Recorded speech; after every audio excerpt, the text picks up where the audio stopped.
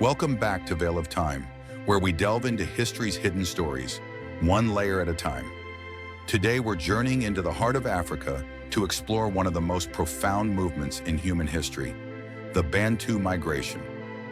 Imagine a people whose influence spread from the heart of West Central Africa to reach nearly every corner of sub-Saharan Africa. Their story is one of resilience, innovation, and cultural exchange that reshaped the continent. Yet it's rarely discussed in mainstream history. If you're as fascinated by untold stories as we are, go ahead and hit that like button, share this video with friends, and subscribe to Veil of Time to join us as we uncover the world beyond the veil. Let's dive into this incredible story. Our story begins in what is today's Cameroon and Nigeria, thousands of years ago, in the rich forests of West Central Africa. Here, around 4000 to 3000 BCE, we find the ancestral homeland of the Bantu-speaking peoples. But who were they, and why did they leave? Anthropologists believe the Bantu were farmers and ironworkers, known for cultivating yams, oil palms, and millet. But they were much more than just planters. They were pioneers of iron technology and skilled hunters, with a knack for adapting to new environments. Here's where things get interesting. Unlike other groups who might stay rooted in one place, the Bantu began to move. What would motivate an entire people to leave their homeland and explore lands unknown? Historians suggest several reasons. Perhaps climate change dried out their lands, or maybe population pressures forced families to seek new soil. Some even speculate there could have been political conflicts or the allure of expanding trade. Whatever the reason, around 1000 BCE, the Bantu set out on what would be one of history's longest migrations. So how did this migration unfold? Picture a ripple in a pond that keeps growing wider. The Bantu migration wasn't one single journey. It was a slow wave, a gradual movement, expanding south, east, and west. The first phase saw the Bantu moving south along rivers, using waterways as natural highways to travel vast distances. The Congo River, for example, served as a lifeline, guiding them deeper into the forests. As they moved southward and eastward, they encountered diverse environments, dense rainforests, arid savannas, and coastal areas. Imagine adapting farming techniques in each new region, a challenge the Bantu met with resilience. And with them, they carried their language, iron tools, agricultural skills, and a culture that would forever influence the lands they touched.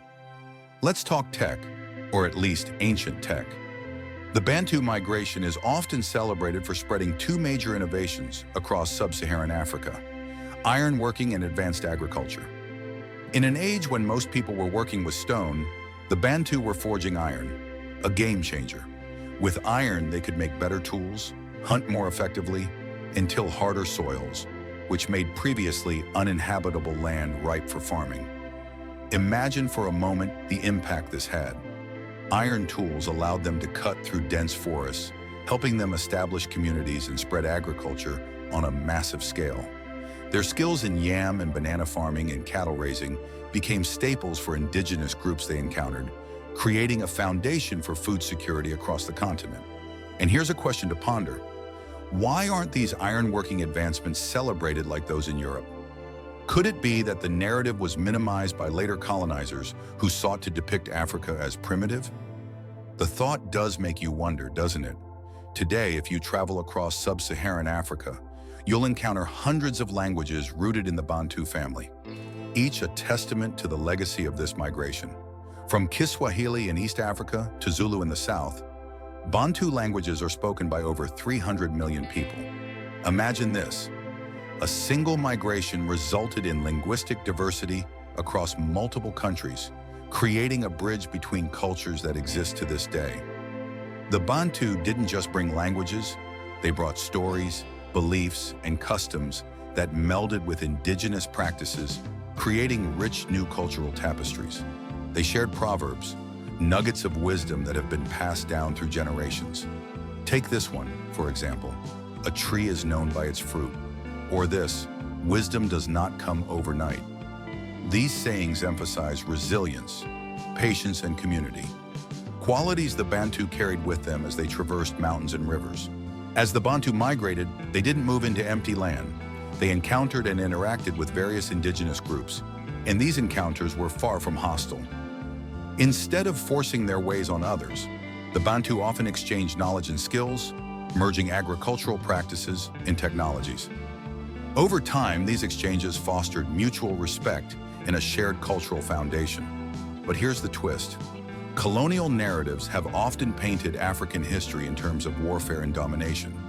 Why? Perhaps the answer lies in a narrative that sought to justify colonial occupation by depicting Africa as uncivilized. But the Bantu migration challenges this story. It shows us that Africa had developed societies, trade routes, and peaceful exchanges long before European contact. Could it be that this narrative of cooperation has been overshadowed because it doesn't fit the colonial storyline? Now let's think about the scale of the Bantu's impact. Today, Bantu descendants make up a significant portion of the population in countries like Kenya, Uganda, Angola, South Africa, and the Democratic Republic of Congo. The very fabric of these societies, their languages, agriculture, and craftsmanship, can be traced back to the Bantu. Take a look at the spread of Kiswahili, a language born from Bantu roots but enriched through trade with Arab merchants. Today, Kiswahili serves as a lingua franca in East Africa, spoken by millions across nations. In many ways, it embodies the Bantu legacy of adaptability, resilience, and cultural synthesis. Or think about the Zulu people of South Africa. Known for their strength and unity, they've carried forward the Bantu legacy of community and resilience, attributes that are woven into their rich history and identity. Yet despite this enormous legacy, the Bantu migration is barely mentioned in school textbooks outside of Africa. Why? Some argue that colonial powers preferred a narrative that minimized African achievements. By downplaying events like the Bantu migration, they could frame Africa as a land without history or civilization, a blank slate for enlightened European settlers. Isn't it curious that the Bantu's migration, one of the largest population movements in human history, receives so little attention? In fact, if you look at European textbooks, there's more detail on obscure wars between minor European states than on a movement that transformed a continent. So here's a question: is this a deliberate omission? We can't say for certain, but the absence speaks volumes. The Bantu migration wasn't just a journey, it was a transformative movement that shaped economies, languages, and cultural identities. The Bantu were master adapters, their innovations and resilience helping them not just survive, but thrive in diverse environments. They influenced music, dance, and art, giving Africa a unique and vibrant cultural heritage. The Bantu story is a testament to African ingenuity, a legacy that's still alive today. But until we re-examine history through a more inclusive lens, such stories will continue to be marginalized. Remember the proverb, until the lion tells his side of the story, the tale of the hunt will always glorify the hunter. By shedding light on the Bantu migration, we're letting the lion speak, helping to rewrite history with a truer narrative. And that brings us to the end of today's journey. We hope you enjoyed this exploration of the Bantu migration, Africa's great expansion that shaped a continent. It's a story of innovation, resilience, and cultural fusion that deserves a place in the world's historical narrative. If this story has sparked your curiosity or given you a new perspective, give us a thumbs up, share it with others who need to hear this, and don't forget to subscribe to Veil of Time. We'll be bringing you more stories from the shadows of history, illuminating the incredible legacies that live on. Until next time, keep questioning, keep exploring, and remember, there's always more to history than meets the eye.